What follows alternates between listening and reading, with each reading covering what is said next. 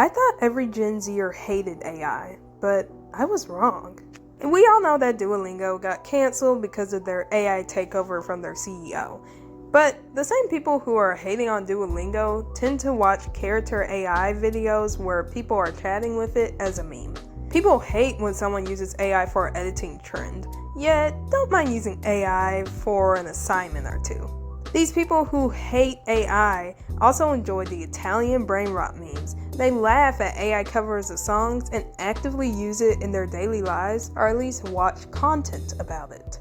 And I've noticed this holier-than-thou mentality when it comes to people who don't like AI. But the second that's a joke or a meme, all the hate pours out the window. I think the main difference for this divide has to be because of the seriousness versus the non-seriousness. Hear me out. When Quan Mills uses AI for a concept book cover, or when someone creates some Italian brain rot or uses character AI, it's a joke. No one sees it as serious, so the hate doesn't roll in, and it's okay. But once someone uses it for something that isn't satire, all hell breaks loose. Just like what happened with Duolingo or some editors.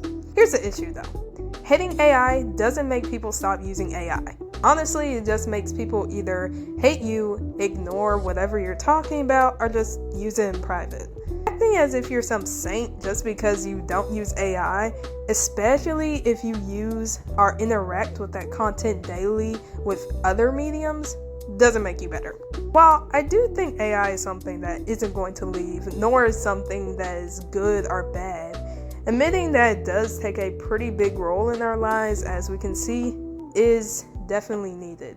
And I think with Gen Z, it's especially difficult online because the second that you have a bit of gray thinking, it's basically cancel mode, and I get it. No one wants to be on the side of getting all the hate. But instead of canceling everything and acting better just because you don't use AI, I really think again we should just be honest about how these tools play a part in our lives and how people are using them.